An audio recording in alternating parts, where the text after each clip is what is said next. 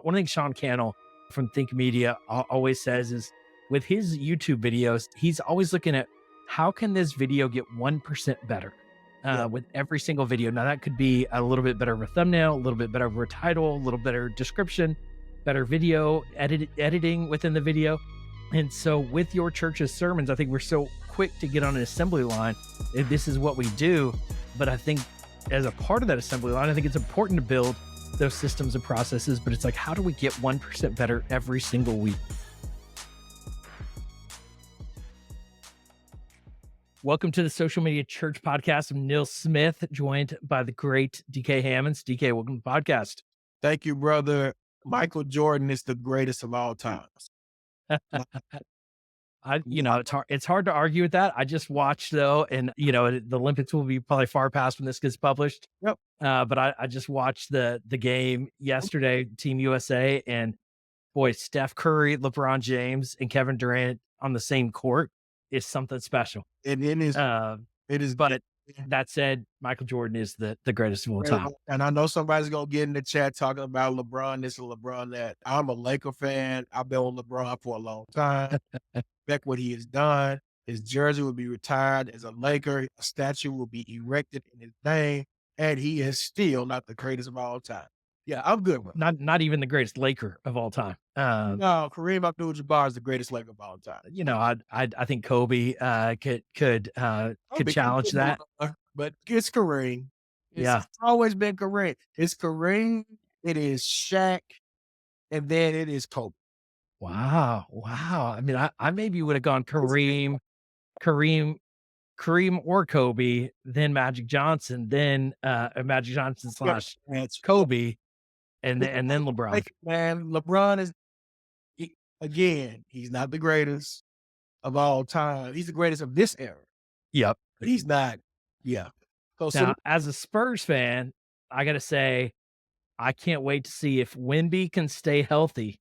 Wemby, he's got like the size, he could do everything at like 7'24" or however tall he is, and he's pretty fun to watch as well.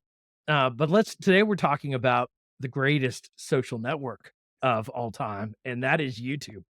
YouTube is where it's at. A lot of our conversations have been centered around YouTube because that's where we're seeing the greatest ROI for churches on social media right now. And there's two things and features that I think are important to focus in on, DK. The first is YouTube Shorts.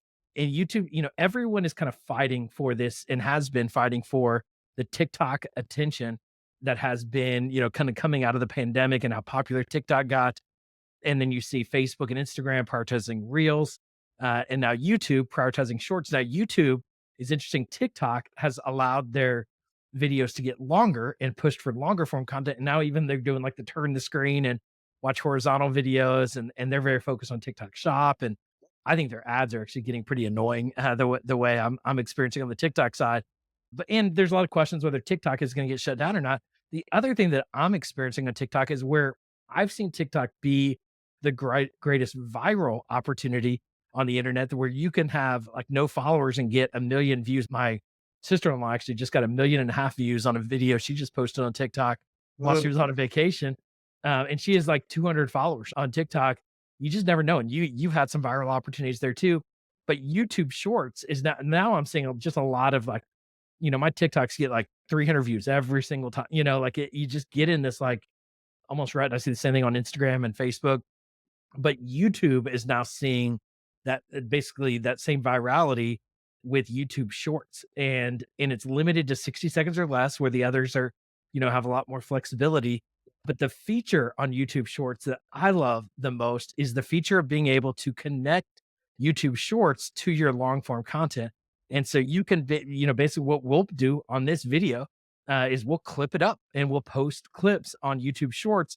And in that YouTube Shorts, we can clip to watch the full video here, or, however that link works of connecting your other content to YouTube Shorts. Yeah. I think it's a great integration of the TikTok feature and function of short form vertical video with the connection to long form, regular video, or whatever you want to call it, horizontal video. And so I love that feature. And I think churches are not taking advantage of that feature enough, or even YouTube Shorts enough, because there's so much viral opportunity there. DK, what are you seeing on the short side of Yeah, things? man, on the short side, I have had great personally, and please go follow DK Hammonds on my podcast, and you'll see me. But I've had great success. I think I've gotten serious about YouTube in the last 90 days, and I think I have 25,000 views thus far on YouTube. And Love it. 90% of those views are directly from shorts. Yep. Now, what comes on my YouTube, I'm gonna get to your point. What comes on my YouTube is my podcast as well as the YouTube piece. Those things. Yep. So for me, as a person that's YouTubing, I'm able to then attach the actual full episode down to it. Now, why is that important? Because other third party entities would normally allow you to put them directly in the chat as the first comment. Yep. Now, instead of having that, now you can put it directly as this video that can connect somewhere else. And I would even go and argue if you can connect the long form video, this becomes a selling opportunity, or this becomes Yep. a call to action opportunity that could be connected to every single video. So, Yep. example, if I'm doing a video on vocation, now I can have, hey, I'm glad you had about vocation. Here's the full video. The full video is a selling opportunity or an invite to church. So now this becomes whatever you want it to be as a Yep. CTS. I think it's going to be an excellent opportunity for those who tap into it, those who Yep. are creatives and social media managers. You definitely want to get on top of that, especially for those pastors that go viral. Now you have an opportunity to go viral twice because if they watch that clip, they're going to watch Yep. the long form content. Yep. Yeah, it's a huge opportunity if you're not taking advantage of it. And one of the tools that we've highlighted here on this podcast is sermon shots. I think But there's other tools like Opus Clips, or if you look at my YouTube channel, there's a platform called Minvo, yes, which is a competitor to Opus that does a great job as well. So there's lots of AI tools that can help you with this. Or I think Pulpit AI now is doing the same thing. And so there are a lot of opportunities to take your content and clip it up for shorts.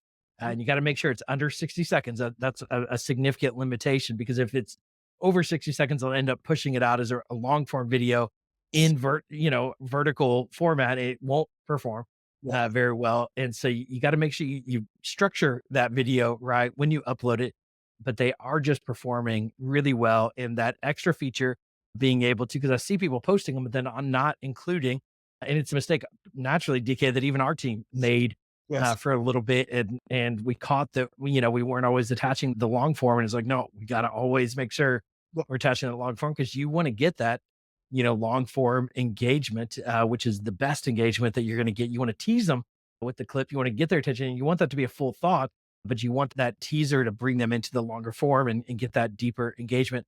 Now, the other feature that is all often talked about on YouTube are thumbnails. And one of the things that's happened on thumbnails, and this is, I talk about Mr. Beast a lot and have done tons of research on Mr. Beast and what led to the massive success that has been his YouTube channel and the incredible growth that he saw, or his channel saw on YouTube, or channels, as he has multiple channels and multiple languages and different platforms, is the thumbnails. And one of the things that he did early on is he would, in the first like hour of videos out there, he would test different thumbnails for the first hour that video is up and see which thumbnail performed best, and then stick to the top performing thumbnail when it comes to a click through rate. And he would gain that learning and then post and leave up the best performing thumbnail for that video. And what YouTube since did is they went and they created a new feature within their platform called Test and Compare yeah, with their thumbnails. And you can upload now with every new video. I believe this is available for every channel. It was only rolled out to certain channels initially, and now I believe it's rolled out to pretty much every channel. And you can't do it after the video has been uploaded. You can only, or like later on, you can only do it when the video is first uploaded. You can upload 3 thumbnails, and for 2 weeks, it will test and compare those 3 different thumbnails. It will kind of rotate between those 3, and it will see which one did people click on the most, and based on those clicks, which ones led to people watching for the longest amount of time. What they're trying to avoid is kind of bait and switch of like, if you thumbnail kind of teases this, but yet your videos show something else, they don't want it to have a good click through rate, but then a low engagement rate. And so they're actually doing kind of using AI at the end of the day within their algorithm to decide what thumbnail is the best thumbnail to get the best engagement on your video. And I believe this is a feature that is going to take more time. I keep pushing churches, you need to prioritize your thumbnails and test different things. Every church, in my opinion, should be, even if you're just making small tweaks to those thumbnails, is uploading 3 thumbnails every single week of every sermon and learning which one does YouTube select and why did that one outperform the others, and what can you learn for your next 3 thumbnails and your next 3 thumbnails, and just keep using that feature until it no longer, I mean, I assume it's gonna be there forever, Yeah. but that's such a great opportunity to learn because that thumbnail is such a key in getting better engagement. It's one of the things I learned working with Transformation Church is they put so much creative investment into that thumbnail, which was a big part of the success. Now, it wasn't only you got to have great videos, Right. to be clear, but that thumbnail really drives engagement in a very significant way. DK, what do you see on the thumbnail side? What's your perspective on that new feature? Yeah, man, the new feature is really, really useful. I've tried it with 2 clients, including myself, as a result of that. And so one client in particular, I created 2 thumbnails. And so what I did was I had one thumbnail that had one picture, same title. Another thumbnail was Yep. a picture, different color, same title. And I Yep. loaded those in. It literally took me every bit of 5 minutes to do that because everything Yes. was already done. Loaded that in, and I was watching how YouTube was choosing, and I was watching Yep. through rates almost in real time.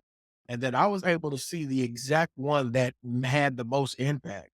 And I Yep. just left it up there, right? Yep. And so why is that important when it comes to churches and faith-based businesses, churches, is because now we can cater that thumbnail directly to the messaging. We can say Yep. there's a particular question that you want to ask, create a thumbnail for that. There's a statement that you made, create a thumbnail for that, and see Yep. which one makes most sense.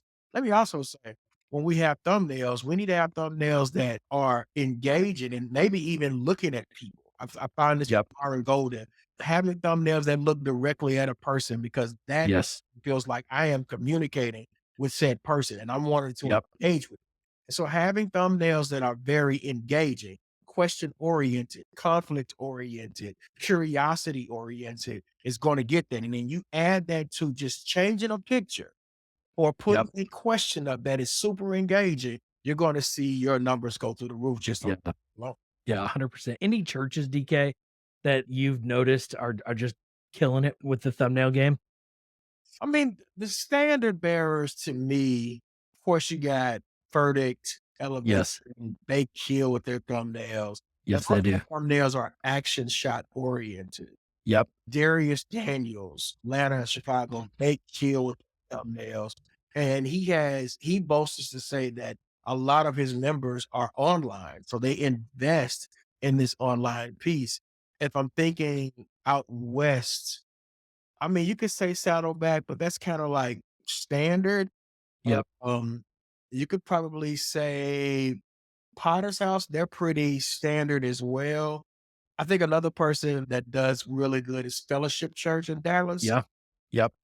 They kill their thumbnails, man. Yep. It's out of here every time. Yep. And usually it's an action shot that's photo oriented, that has a Yep. question that posing it. Yep. You're looking at those who are just content creators. Like I said, Myron Golden is Yes. one of the guys that I'm following. I think it's a guy named Omar. Yeah, I can't think of his name. Yeah. Omar. Out in Vegas. Yeah. Yeah, Omar is killing the game. Yes. So you have all those people that you can go and look, Yes. see them use these thumbnails to create Yep. engagement. And they're not big people per se, Yeah. but they are using these techniques to help them out. Yeah, I love it. The church I'm often pointing people to look at is James River Church in Missouri. They have invested a lot, and you could see. I mean, it's a pretty they a lot of them look similar, but they found a formula to their thumbnails that works and performs really well. I mean, Transformation Church is also another one I go to. One of the trends that I have seen change that I think is a good trend, or it just works better, is a lot of times people were using full body shots for their thumbnails, but the more zoomed in it is on a facial expression, Yes. the more engaging those thumbnails and better they seem to perform. Yes. And so it's just some of those little things of go and pay attention to and learn from each other. And I think there's some, smaller church we often I get think about some of these larger churches, and they often have the resources to have a, graphic designer. But with Canva and some of these other tools, you can create really good thumbnails, or literally just go hire somebody on Fiverr.com to create your church's thumbnails for you. I actually had a guy reach out to me. It was a great sales pitch. I didn't hire him, but he just reached out to me with my personal YouTube channel and said, "Hey, I love your YouTube channel. If you ever want me to create thumbnails, here's one I created for you." And it was killer. And I sent it to my team and I'm like, "Hey, you're already a part of our team, so I'm not gonna hire him, but I would sure look at what he's doing because it's a lot better than what we're doing." There's always ways to get better. And one thing Sean Cannell from Think Media always says is with his YouTube videos, he's always looking at how can this video get 1% better Yeah. with every single video. Now that could be a little bit better of a thumbnail, a little bit better of a title, a little better description, better video editing within the video. And so with your church's sermons, I think we're so quick to get on an assembly line. This is what we do. But I think as a part of that assembly line, I think it's important to build those systems and processes. But it's like, how do we get 1% better every single week? You know what And deals to that? yeah, I hate to interrupt you, but I think yeah, no, go. I mentioned this today. I think it would be a good thing for pastors to include, yes, your creative director, but also your graphic designer in your process of thought. Because Yes. I include that person in the room, they're already a step ahead of that thumbnail, thinking Yep. what it could be. And so Yes. now I've already created the environment of which I want this to be created. I've already told Yep. you what I wanted. And now it can be a more excellent type of product versus we just flying by the seat of our pants. We're gonna take a quick Yep. W and put something. No, it can be real thoughtful if we put Yes. that emphasis on. Yeah, I love that. I love that. These are little things. We're getting into the weeds of social media today, but Absolutely. the weeds are sometimes the difference. And that Mr. Beast will say this between 100,000 views and 1,000,000 views. I think that focusing sometimes on, and that's where this podcast. Sometimes we talk very high level and strategy, and sometimes we really get into some of the tactics of social media. And so today we're getting into those kind of two tactical opportunities on YouTube that I believe if you'll prioritize these two things, these are great opportunities to get 1% better with your YouTube channel. Now, I think this actually probably gets you closer to 10% better Yep. by prioritizing these features. And when new platforms roll out new features, it's a good opportunity and it's something to say like they're probably prioritizing this in some way that it's going to help you to lean into what they're doing to optimize their platform for you, Yeah. the creator. And so I think we have a great opportunity on YouTube. YouTube is the platform that I keep recommending to clients that I know you're focused on Instagram, but Instagram is more and more challenging to really get solid organic engagement on. And YouTube is the platform that I believe not just it will help you to get the best engagement today, but I think it's going to be best prepared for the future and where things are going. I am bullish on YouTube as a platform.